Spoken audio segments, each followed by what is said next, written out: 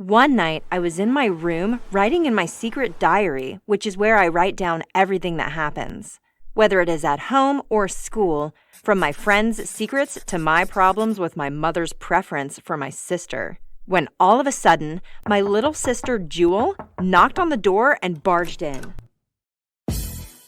I quickly hid my diary under my pillow and asked, "How dare you enter my room without permission?"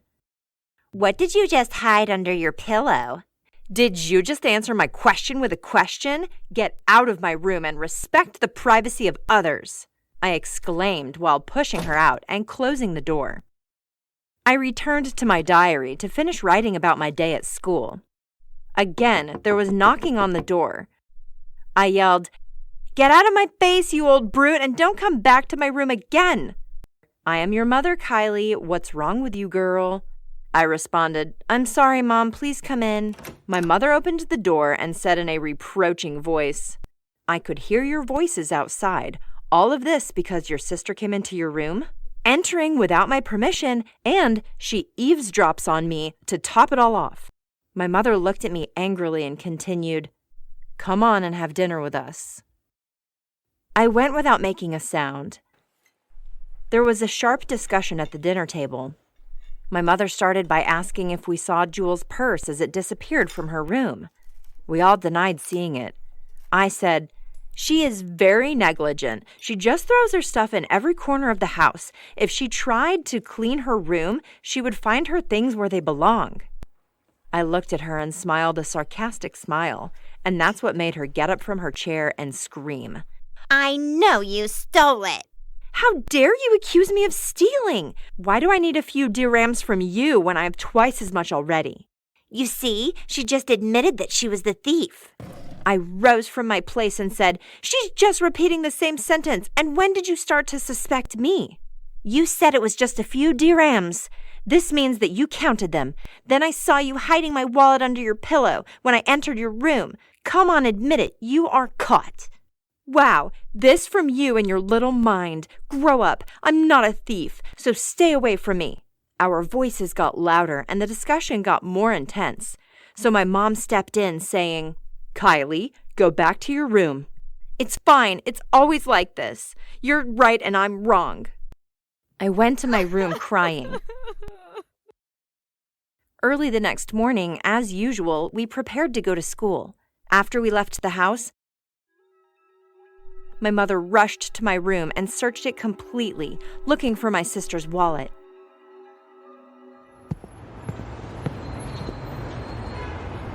After school, I was the first to arrive home. I opened the door of the house to see my mother sitting at the hall table with my diary. She prompted me, "Where is the key to this book? This is my secret diary and you cannot see it. Why did you enter my room while I wasn't there? Is there no such thing as privacy in this house?" "Don't get too confused. Go get the key quickly." I obeyed her. This is my mother and I cannot disobey her. I opened my bag and tears filled my eyes. Before I handed her the key, I told her, "Do not think that I am really a thief. By God, I did not see her wallet." She snatched the key from my hand and said, "We'll see." She opened it and started reading while her face smiled and then frowned. After she finished reading, she said, "What are all these troubles you're talking about in class? Why are you still hanging out with Jane after she bullied you in the schoolyard? Most importantly, tell me, did we ever cut your allowance? Have we fallen short in providing you and your siblings with kindness and tenderness? Is that why you wrote these cursed words and harsh judgments against us? Of course you fell short. Look how you believed Jewel and think of me as a liar every time. Then you went to my room to search because you suspected me. If you were not what I wrote, you would not have entered my room during my absence. You would have come and asked me instead of reading my secrets." My mother was shocked by my words and said, "This is not possible. If—" Just then, she was interrupted by my brothers entering through the door. I looked at them while they stared back at us with a surprised look. I picked up my diary and hurried towards my room. My brother Henry asked, "Why is Kylie crying?" "Don't worry. It's just a misunderstanding and it will soon be fixed. Go change your clothes and come to the kitchen. Lunch is ready."